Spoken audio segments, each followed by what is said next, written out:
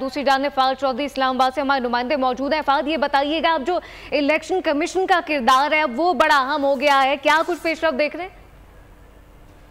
जी देखिए, बिलाशुबा election commission का इसमें बड़ा अहम किरदार है, क्योंकि हतमी फैसला जो है वो अब इलेक्शन कमीशन ने ही करना है कि आया सुप्रीम कोर्ट के इस फैसले पर अमल दरामद किया जाए या ना किया जाए, और अगर किया जाए तो किस तरीके से जो है वो मखसूस नशिस्तें अलॉट की जाए। क्योंकि कानूनी टीम जो है वो अपनी वाज़ेह राय दे चुकी है कि चूंकि पीटीआई का कोई तंजीमी ढांचा नहीं है, तो सर्टिफिकेट्स जो हैं वो किसके कबूल किए जाए, किसके दस्तखत को कबूल किया जाए। और चूंकि मखसूस नशिस्तों के लिए फहरिस्त भी जमा नहीं करवाई गई थी मुकर्ररा मुद्दत के अंदर, तो जाहिर है कि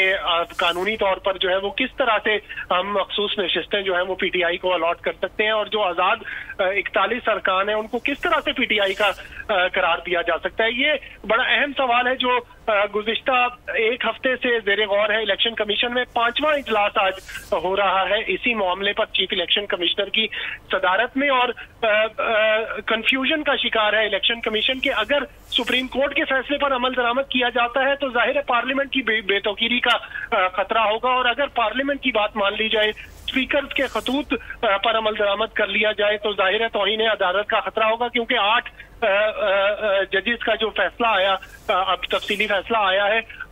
उस पर भी अमल दरामद करना जरूरी है, पार्लियामेंट की बेतौकीरी भी नहीं करनी। तो जाहिर है कि वो कंफ्यूजन जो है उसका शिकार है इलेक्शन कमीशन, और आज इम्कान जाहिर किया जा रहा है कि कोई हतमी फैसला इस हवाले से किया जाएगा। क्योंकि कानूनी टीम ने अब ये राय दी है कि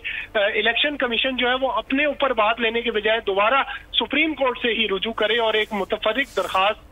सुप्रीम कोर्ट में दायर करवाई जाए जिसमें मजीद गाइडेंस। तो यानी फाद चौधरी, आप ये कह रहे हैं कि अभी इलेक्शन कमीशन के पास ये इख्तियार है, इलेक्शन कमीशन के पास ये ऑप्शन मौजूद है इस वक्त कि एक मुतफर्रिक दरख्वास्त दायर की जा सकती है इस अहम फैसले के बावजूद भी, ऐसा ही है? जी बिल्कुल, ये ऑप्शन बिल्कुल अवेलेबल है इलेक्शन कमीशन के पास। अगर सुप्रीम कोर्ट के फैसले पर अमल दरामद में कुछ कानूनी पेचीदगियां आ रही हैं, तो ये इलेक्शन कमीशन के पास बिल्कुल इख्तियार है कि वो दोबारा सुप्रीम कोर्ट से रुजू कर सकता है और एक दरखास्त नई दायर की जा सकती है इस हवाले से। क्योंकि नई दरखास्त जो दायर की जाएगी वो बिलाशुबा जो है उसकी समाअत जो है वो जजेस कमेटी जो है वो प्रैक्टिस एंड प्रोसीजर एक्ट के तहत वो मुकर्रर करेगी, और फिर उस पर दोबारा से जो है वो फरीकैन को सुना जाएगा, जिसमें इलेक्शन कमीशन फिर ये अपनी तरफ से दलाइल देगा कि इस फैसले पर जो अमल दरामद है वो कानूनी तौर पर मुमकिन नहीं है। क्योंकि पार्लियामेंट जो है वो इलेक्शन एक्ट में तरमीम कर चुका है, और उस तरमीम के तहत लॉ ऑफ द लैंड पर अमल दरामद करना जो है वो इलेक्शन कमीशन के लिए ज्यादा जरूरी है। क्योंकि